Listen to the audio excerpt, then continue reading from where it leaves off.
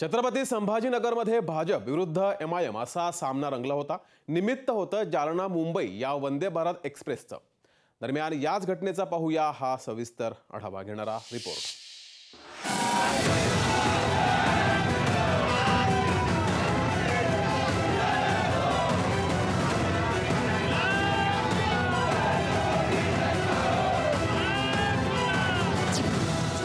संभाजीनगरमध्ये भाजप विरुद्ध एमआयएम।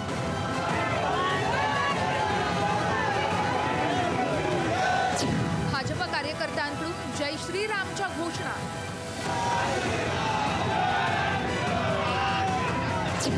खासदार इम्तियाज जलील यांना पाहताच घोषणाबाजी।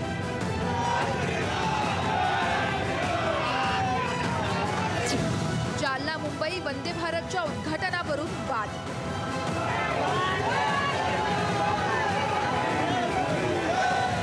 पंतप्रधान नरेंद्र मोदी यांनी ज्या जालना मुंबई या वंदे भारत एक्सप्रेसला अयोध्येतून हिरवा झेंडा दाखवला, त्याच वंदे भारत रेल्वे कार्यक्रमाच्या आमंत्रण पत्रिकेवरून राज्यात मानापानाचं नाट्य रंगलंय। वंदे भारत रेल्वे कार्यक्रमाच्या आमंत्रण पत्रिकेत खासदार इम्तियाज जलील यांच्या नावाचा उल्लेख न केल्यानं जलील यांनी जालना मुंबई या वंदे भारत एक्सप्रेस अडवण्याचा इशारा देत नाराजी व्यक्त केली होती। त्यानंतर मात्र रातोरात इम्तियाज जलील यांचं नाव पत्रिकेत टाकण्यात आलं।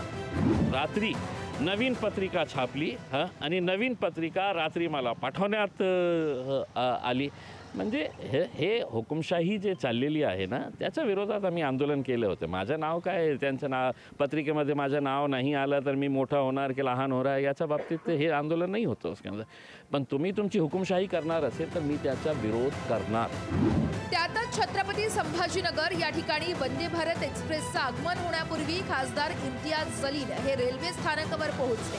त्यावेळेस भाजप कार्यकर्त्यांकडून जय श्रीरामच्या घोषणा देत जलील यांच्यावर टीका करण्यात आली आहे। तर एमआयएमच्या कार्यकर्त्यांनी जलील यांच्या समर्थनार्थ घोषणाबाजी केल्यानं वंदे भारत एक्सप्रेस उद्घाटनाप्रसंगी राडा झाला।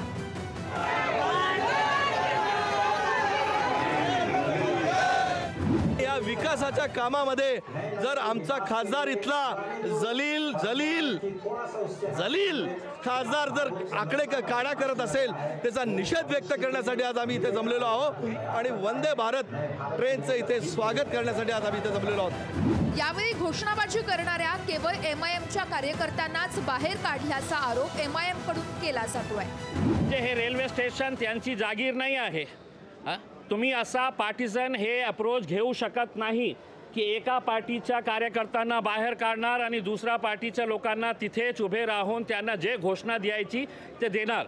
म्हणजे पोलीस ही भारतीय जनता पार्टीचे कार्यकर्ता झालेली आहे का, हे प्रश्न मला विचारायचं आहे।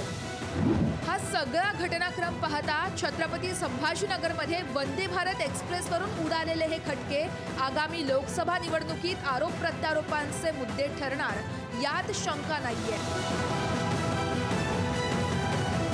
ब्युरो रिपोर्ट, लोकशाही मराठी।